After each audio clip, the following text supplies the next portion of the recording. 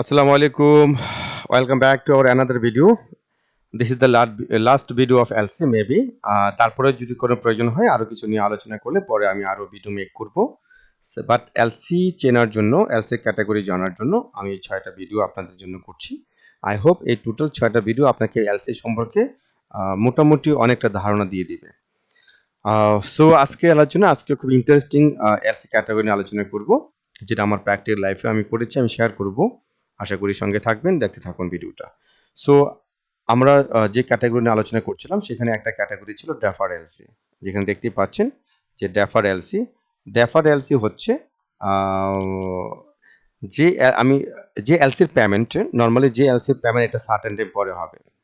হুম একটা defer LC, when LC open as condition of payment in certain date of future, it given assurance to pay on that time against the export of goods. Defer LC will payable after a certain period. Bank provide maturity date and payment date. Date should be count as per LC. How to understand the defer LC? এখানে মূলত defer LC কাছে কিছু condition যে অবশ্যই একটা certain time থাকবে, যে টাইমটা বলা থাকবে। It can be 60 days, 80 days, 75 days, 90 days, whatever one, 120 days, 45 days হতে পারে।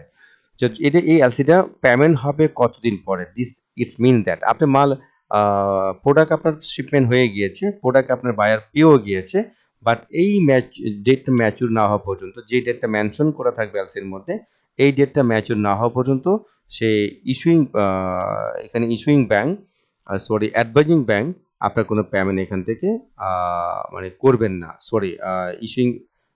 ইস্যুইং ব্যাংক কোনো পেমেন্ট করবেন না। সো এখানে একটা ম্যাচুরিটি ডেট থাকে, একটা পেমেন্ট ডেট থাকে, এবং এই ডেটটা কাউন্ট হয় কবে থেকে? অ্যাজ পার এলসি যে ডেট, এলসি ডেট থেকে কাউন্ট হয়। সো আমরা কিভাবে চিনবো যেটা ডেফার এলসি? আমরা চিনবো যে 42C তে বলা থাকবে, 42C draft add when any draft mentioned in this column, যে we have to understand this defer LC. এখানে ড্রাফট অ্যাড যদি বলা থাকে, ড্রাফট অ্যাজ যে হোয়েন এনি ডেট মেনশন, যখন কোনো ডেট মেনশন করা থাকবে এই এলসিটার ম্যাচুরিটি ডেট কবে কখন আসবে, ঠিক আমরা তখনই ধরে নেব এটা হচ্ছে কি ডেফার এলসি। সো তাহলে আশা করি ডেফার এলসি আমরা এটা বুঝে গেছি যে ডেফার এলসি অবশ্যই একটা সার্টেন টাইম থাকবে।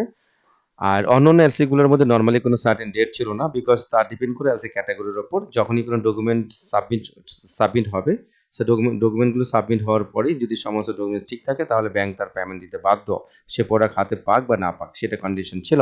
বাট হিয়ার অবশ্যই প্রোডাক্ট পাওয়ার পরও সার্টেন টাইম না যাওয়া পর্যন্ত সে পেমেন্টটা পাবে না। It's call deferred LC. Deferred মানে হচ্ছে পরে, যেটা পরে পেমেন্ট হবে। Then next advance payment or red close LC, red close LC my dear is a very interesting, এটা অনেক একটা ইম্পর্টেন্ট ইস্যু। এটা আমার লাইফে আমি হ্যান্ডেল করেছি, বেশ একটা বড় কাজ করেছি আমি এটা নিয়ে। সেটা হচ্ছে আমি বলে দিচ্ছি আপনাকে, এটা ইউএস বাংলা এয়ারলাইন্সে আমি যখন হেড অফ ফাইন্যান্স ছিলাম, জিএম ফাইন্যান্স, তখন প্রথম যে বিমান ইম্পোর্ট করেছি আমরা, সেই ক্ষেত্রে আমাকে এই এলসিটা মেনটেন করতে হয়েছে, বিকজ টোটাল বিমানের যে ইম্পোর্ট প্রসিডিউর এবং payment procedure, approval procedure from government authority, everything I did আলহামদুলিল্লাহ। সো সেটা আমি একটু শেয়ার করছি। আসলে অ্যাডভান্স পেমেন্টটা হচ্ছে যে কিছু প্রোডাক্ট আছে, যে প্রোডাক্টের ক্ষেত্রে বায়ার কখনো চিন্তাই করবে না যে আপনাকে সে মাল শিপমেন্ট করার পরে, তার প্রোডাক্ট শিপমেন্ট দেওয়ার পরে সে আপনার কাছে টাকা নেবে। সেখানে বলে যে ভাই আই ডোন্ট বিলিভ ইউ, তুমি আমাকে অবশ্যই একটা পার্সিয়াল পেমেন্ট অথবা ফুল পেমেন্ট আমাকে অ্যাডভান্স পে করতে হবে। এখন কথা হচ্ছে যে আপনি যখন একটা মেশিনারি ইম্পোর্ট করতে যাবেন, তো সেখানে যে আসলে এটা ডিপেন্ড করে প্রোডাক্ট ক্যাটাগরি। যেমন আমি এক্সাম্পল দিচ্ছি, আমরা যে ক্ষেত্রে প্রবলেমটা ফেস করেছিলাম সেটা হচ্ছে এয়ারলাইন্স। আচ্ছা, এয়ারলাইন্সের শিপমেন্ট কিভাবে হয়? এয়ারলাইন্স তো কোনো জাহাজে শিপমেন্ট হওয়া পসিবল না। এয়ারলাইন্স অবশ্যই কি হবে? এয়ারক্রাফট কিন্তু ফ্লাই করে উড়ায় নিয়ে আসতে হবে। এখন কোনো সেলার কি কখনো চিন্তা করবে যে আপনি এয়ারক্রাফটটা নিয়ে যাও, তুমি যখন ডাকাতি এয়ারক্রাফটটা বুঝবে তোমার এয়ারপোর্টে, দেন তুমি চেক করে পরে আমাকে পেমেন্ট দিও। এটা কি আপনার মনে হয় যে কোনো সেলার, পৃথিবীর কোনো সেলার এটা বিশ্বাস করবে, সেটাকে যে মেনে নেবে? কারণ সে যখন একবার এয়ারক্রাফটটা নিয়ে চলে আসবে, এটা তো সে পেমেন্ট পাবে কি পাবে না তার কোনো গ্যারান্টি থাকবে না। সো এই রিস্ক কেউ নিতে চায় না। তখন তারা বলে যে ভাই আপনাকে অ্যাডভান্স পে করো, দেন তারপর তুমি এখানে বিমানটা ফ্লাই করে নিয়ে যাও। সো তখন আমাদের কি করতে হয়েছিল, আমি যে এলসিটা ওপেন করেছিলাম, অনেক টাকার এলসি, মোর দেন 100 করে, 100 কোটি টাকার উপরে আমার এলসি ছিল। তো সেখানে বায়ার যখন বলল যে তুমি ইয়ে করো, আমাকে অ্যাডভান্স পে করো, তুমি অ্যাডভান্স পে না করলে আমি তোমাকে এই এয়ারক্রাফট নিতে দেবো না, বা সেখানে এয়ারক্রাফটটা কিছু সার্ভিসিং করা তো মানে সার্ভিসিং এর প্রয়োজন ছিল, তখন হয়তো বলতেছে আমি সার্ভিসিং শুরুই করবো না যদি তোমাকে পেমেন্ট না দাও। এখন এখন কথা হচ্ছে আপনি যে বাংলাদেশ থেকে পেমেন্টটা পাঠাবেন, যদি সে এয়ারক্রাফটটা না দেয় তাহলে তো মানি লন্ডারিং আইনে পড়ে যাবেন, যে টাকা বাংলাদেশ থেকে কি হয়েছে, টাকা পাচার হয়ে গিয়েছে। এতে করে কিন্তু আপনার কোম্পানি এবং সেই ব্যাংক কলাপস হয়ে যাবে, যে ব্যাংকে টাকাটা পাঠিয়েছে। তাহলে আপনি যদি অ্যাডভান্স টাকা পাঠান তাহলে এর এগেইনস্টে আপনার কি করতে হবে? এবং সেখানে এলসিতে বলা থাকতে হবে যে অ্যাডভান্স পেমেন্ট করতে হবে। নাম্বার 1 কন্ডিশন হচ্ছে কি, যে ওই এলসির মধ্যে অবশ্যই একটা পার্সিয়াল অথবা ফুল পেমেন্ট, এটা অ্যাডভান্স, এটা লাল কালি দিয়ে ইন অ্যাডভান্স রেড কালার দিয়ে এটা এলসির মধ্যে বলা থাকবে।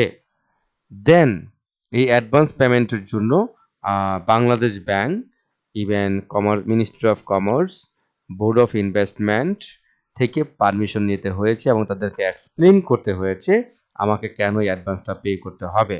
বাট আমি অ্যাডভান্স টাকা ততক্ষণ পর্যন্ত পে করি নাই যতক্ষণ পর্যন্ত আমাকে সেলার সে আমাকে গ্যারান্টি না দিয়েছে যে যদি সে এয়ারক্রাফট আমাকে হ্যান্ড ওভার করতে ব্যর্থ হয়, আমাকে ফ্লাই করে আনতে ব্যর্থ হয়, তাহলে তার যে ব্যাংক আছে, যেটাকে আমরা বলে থাকি যে অ্যাডভাইজিং ব্যাংক, রাইট? এই অ্যাডভাইজিং ব্যাংক আমাকে যতক্ষণ পর্যন্ত গ্যারান্টি না দিয়েছে, মানে যে ব্যাংক গ্যারান্টি যে আহ, যদি সেলার তার এই অ্যাডভান্সের টাকা আর এগেনস্টে তার এয়ারক্রাফটকে সে ডেলিভারি দিতে ব্যর্থ হয়, বা যদি ডেলিভারি না দেয়, তাহলে আমি তোমার টাকা পে করে দেব। আমি মিন্স কে বলছে? এটা সেলারের যে ব্যাংক, অ্যাডভাইজিং ব্যাংক বলছে। ক্লিয়ার? কে বলছে? সেলারের যে ব্যাংক, অ্যাডভাইজিং ব্যাংক। যেমন জার্মান থেকে আমি আমরা এয়ারক্রাফটগুলো ইম্পোর্ট করেছিলাম, জার্মানের যে সেলারের ব্যাংক ছিল, আমি বলে দিচ্ছি, নামটাও বলে দিচ্ছি, এটা একটু যেহেতু ভিডিওতে থাকবে, নামটা হচ্ছে আর্চিবাল। সেটা অক্সবার্গ এয়ারওয়েজ থেকে বিমানগুলো নেওয়া ছিল, যেটা মিউনিক থেকে, জার্মান মিউনিক থেকে।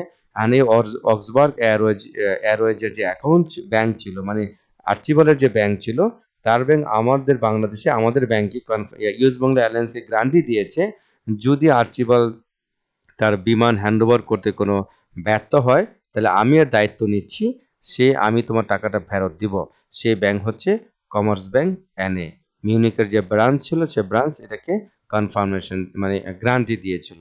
এই ব্যাংক গ্যারান্টি পাওয়ার পরে বাংলাদেশ ব্যাংক যখন দেখেছে যে আমি যে টাকাটা পাঠাচ্ছে, আমাদের ব্যাংক ছিল ইসলামী ব্যাংক, ইসলামী যে টাকাটা অ্যাডভান্স পাঠাচ্ছে on behalf of US Bangla airlines, তাহলে এই টাকাটা যদি তারা যদি প্রোডাক্টটা না পায়, দ্যাট প্রোডাক্ট মিন্স হচ্ছে যদি এয়ারক্রাফট না আসে, তাহলে আর্চিবালের যে ব্যাংক, অ্যাডভাইজিং যে ব্যাংক, মিউনিখের যে ব্যাংক, কমার্স ব্যাংক এনে সেই ব্যাংক তাকে গ্যারান্টি দিয়ে, ব্যাংক গ্যারান্টি দিয়েছে, যে গ্যারান্টি যে যদি ব্যর্থ হয় তাহলে এই টাকাটা পুরোপুরি সে ফেরত দিবে।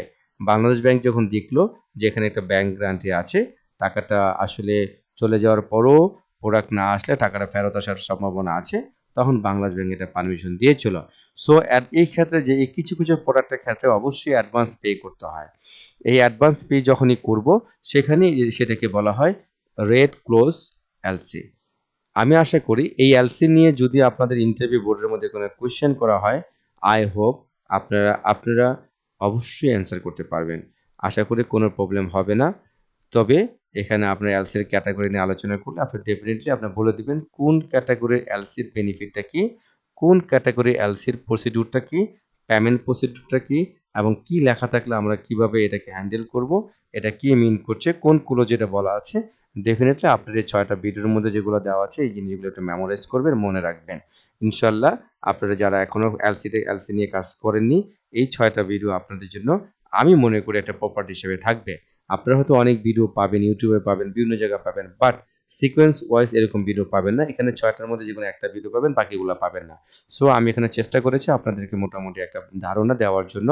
আশা করি এটা it will helpful, and then you should utilize this one and you should watch one by one. So ভালো থাকবেন। তারপরে কোনো প্রবলেম থাকলে আমি সবসময় একই কথা বলে থাকছি। প্রবলেম থাকলে কোনো কিছু জানার থাকলে অবশ্যই এফসি একাডেমি আপনার পাশে আছে। আমি আছি। আমাকে ফোন দেবেন, ইনবক্স করবেন। আমরা লাইভ এসে কথা বলবো, অথবা ভিডিও করে প্রবলেম সলভ করে দেবো, অথবা ফোন করে ফোনে আমরা এটা প্রবলেম সলভ করে দেবো ইনশাল্লাহ। বাট ততক্ষণ পর্যন্ত আমরা পাশে আছি, আপনার পাশে থাকবো যতক্ষণ পর্যন্ত আপনার প্রবলেমটা সলভ না হবে ইনশাল্লাহ। So thank you very much, সবাই ভালো থাকবেন। আজকের মতো এখানেই, আল্লাহ হাফেজ।